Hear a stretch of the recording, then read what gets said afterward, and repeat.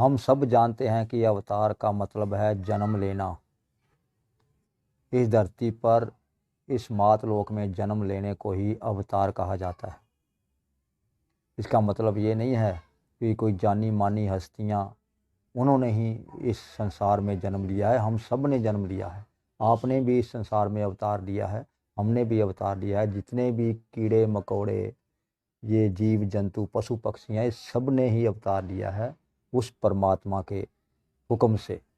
इसलिए सभी उस परमात्मा के हुक्म से इस धरती पर अवतरित हैं, इस धरती पर अवतार लिया है। कुछ लोग कहते हैं कि फलाने विष्णु का अवतार, ढिकड़ा फलाने का अवतार। अरे भाई, ये सब लिखी लिखाई बातें हैं, गुमराह करने वाली बातें हैं। अवतार का मतलब सीधा होता है जन्म लेना, प्रकट होना। इसलिए जो इस धरती पर जन्म लेकर पैदा हुआ है, जो इस धरती पर आया है उस परमात्मा के हुक्म से, वह सब उस परमात्मा द्वारा अवतरित हैं और उन सब ने अवतार लिया है। इसमें कोई ये नहीं है कि जो आदमी मशहूर कर दिए गए उन मशहूर आदमियों ने ही अवतार लिया है। भाई, यहाँ पर छोटी कीड़ी से लेकर, छोटे कीट से लेकर हाथी तक ने उस परमात्मा के द्वारा इस धरती पर अवतार लिया है। बस इसे ही अवतार कहते हैं। इस अवतार का मतलब है इस धरती पर आना, प्रकट होना और जन्म लेने को ही अवतार कहा जाता है। ये नहीं है कि हम सभी परमात्मा के अवतार हैं, हम हैं। और वेदों में लिखा है कि अहम ब्रह्म अस्मि। इसका सीधा सा मतलब है मैं ही ब्रह्म हूँ। मैं यानी कि जो हम सब के अंदर बोल रहा है, मैं ही ब्रह्म हूँ। ये वेदों में लिखा हुआ है। और आप ये सोचिए कि जब ये आदि मानव था तब किसने अवतार लिया था? तब कहाँ थे ये जिनको आप अवतार कहते हैं? उन्होंने, वो परमात्मा के अवतार हैं। जब आदि मानव था तब कौन था अवतार?